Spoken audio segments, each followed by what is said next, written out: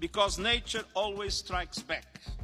And around the world, জাতিসংঘ থেকে 10 ঘন্টার আলটিমেটাম, হয় পদত্যাগ না হয় ডক্টর ইউনূসকে রাষ্ট্রপতি ঘোষণা।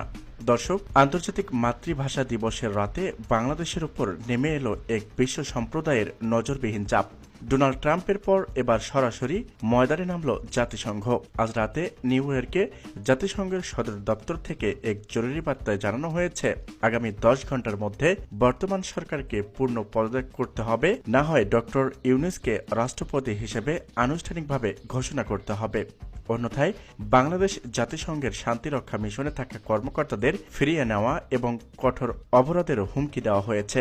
জাতিসংঘের মহাসচিব অ্যান্থনিও গুতেরেস জানিয়েছে, বাংলাদেশে মানবাধিকার লঙ্ঘন এবং রাজনৈতিক প্রতিহিংসা যে পর্যায়ে পৌঁছেছে তাতে বিশ্ব সংস্থা আর নীরব থাকতে পারে না। আমরা বাংলাদেশের রাজনৈতিক নেতৃত্বকে 10 ঘন্টা সময় দিচ্ছি। ক্ষমতার ভারসাম্য নিশ্চিত করতে ডক্টর ইউনূসকে রাষ্ট্রপতি করার অপরিহার্য। এটি না হলে জাতিসংঘ বাংলাদেশকে একটি অস্থিতিশীল রাষ্ট্র হিসেবে ঘোষণা করবে। আন্তর্জাতিক বিশ্লেষকরা মনে করছে, তারেক রহমানের মন্ত্রিসভা গঠন নিয়ে যে বিশৃঙ্খলা সৃষ্টি হয়েছে এবং রুমিন ফারহানার মতো নেত্রীর উপর হামলার ঘটনা ঘটেছে, তাতে বিশ্ব নেতারা বিএনপির একক নেতৃত্বের উপর আস্থা হারিয়েছেন। তারা মনে করছে, ডক্টর ইউনূস রাষ্ট্রপতি থাকলে তারেক রহমান একক ক্ষমতা চর্চা নিয়ন্ত্রিত হবে। আন্তর্জাতিক মহলের ধারণা, ইউনূস পারবেন প্রতিহিংসার রাজনীতি বন্ধ করে দেশে ইনসাফ কায়েম করতে। 10 ঘন্টার এই সময়সীমা শুরু হওয়ার পর থেকেই বঙ্গভবনে চলছে রুদ্ধদ্বার বৈঠক। প্রধানমন্ত্রী তারেক রহমানের সামনে এখন মাত্র 2টি পথ খোলা: 1, নীতি স্বীকার করা; 2, চূড়ান্ত বিদায়। ডক্টর ইউনূসকে রাষ্ট্রপতি ঘোষণা করে ক্ষমতা টিকিয়ে রাখা, অন্যথায় পদত্যাগ করে ক্ষমতা পুরোপুরি ছেড়ে দেওয়া।